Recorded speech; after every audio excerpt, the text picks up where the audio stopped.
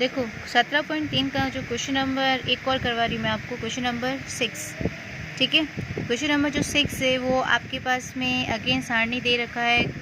इस तरीके से क्वेश्चन में लिखा हुआ है कि निम्न बारंबारता बंटन का समांतर माध्य ज्ञात कीजिए।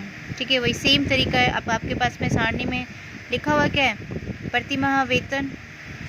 इधर लिखा हुआ है 1000 से 1200, 1200 से 1400, 1400 से 1600, 1600 से 1800 और 1800 से 2000।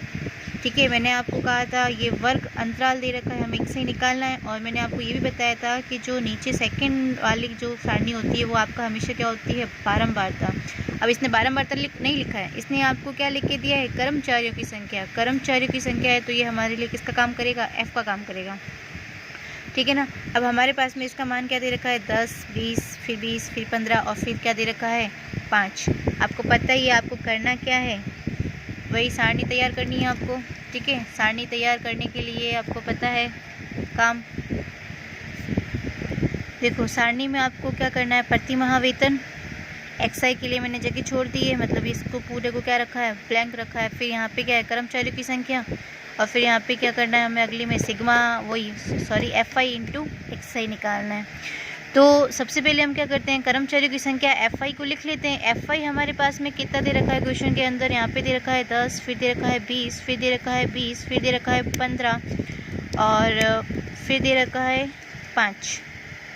ठीक है, हमें क्या निकालना है, XI निकालना है। हमें क्या निकालना है, XI। और XI निकालने के लिए मैंने आपको बताया था कि हमें करना है 1000 प्लस 1200 बटा 2। या आपको ये भी पता होगा 1000 और 1200 के मध्य में क्या आएगा, यहाँ पे 1100।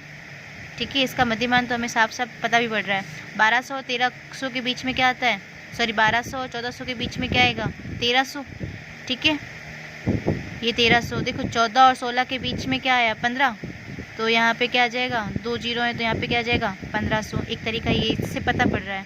16 और 18 के मध्य में क्या है, 17 और यहाँ पे क्या लगा दिया हमने, 2 जीरो।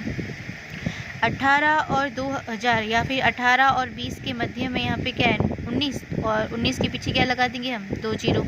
या आपको मैंने क्या कहा था, XI निकालने के लिए 1000 और 1200 को जोड़ो और उसके अंदर किसका भाग दे दो, 2 का भाग दे दो। उसके अंदर किसका भाग दे देना, 2 का भाग दे देना। आपके पास में फिर भी क्या आ जाएगा, 1100।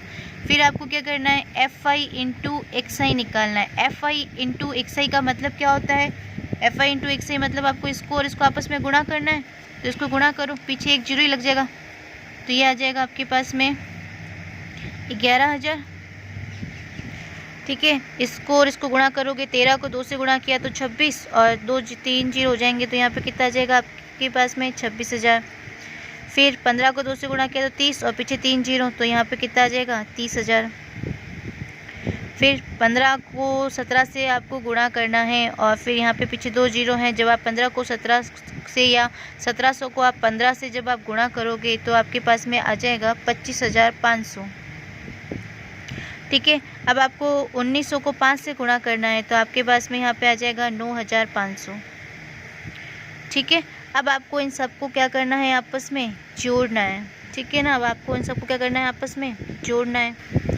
देखो आपको इन सबको जोड़ने पे यहाँ पे क्या मिलेगा, 1,02,000। ठीक है, और FI को आप जब जोड़ोगे, FI को जोड़ने पर इन सबको आपस में जोड़ने पे आपको यहाँ पे क्या मिल जाएगा, 70।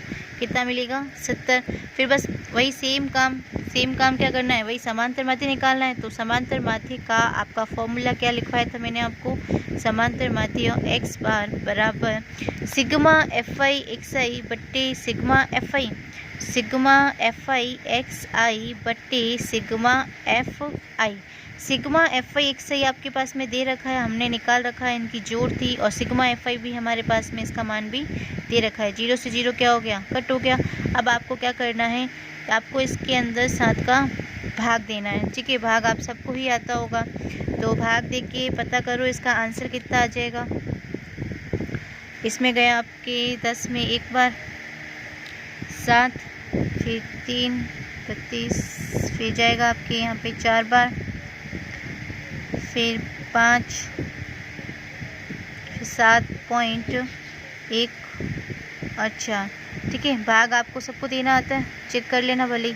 ये एक बार गया 7, यहाँ पे पीछे कितना बचा 3, ये 2, 32, 32 में कितनी बार चला जाएगा 4 बार, ये 28 और 32 में से 28 गया तो 4, नीचे 0 गया कितनी बार 5 बार, ये 35 माइनस, फिर यहाँ पे कितना आ जाएगा 5, ये 50 बनेगा, जाएगा 7 बार, ठीक है 7 बार गया, फिर कितना आया 7 बार जाने पे 49, तो 49 यहाँ पे बचा 1, यहाँ लगाया पॉइंट, यहाँ पे 0, फिर 1 बार गया, ये 7, 10 में 7 गया तो 3, यहाँ पे 0, फिर यहाँ पे कितनी बार चला जाएगा 4 बार, ठीक है। तो यहाँ पे आपके पास में कितना आ गया 1457.14, ठीक है। पॉइंट के बाद में 2 बार और देना भाग, उससे ज़्यादा कुछ ज़रूरत नहीं देने के लिए, ठीक है। ये आपका क्या हो जाएगा आंसर, समझ में आ गया होगा।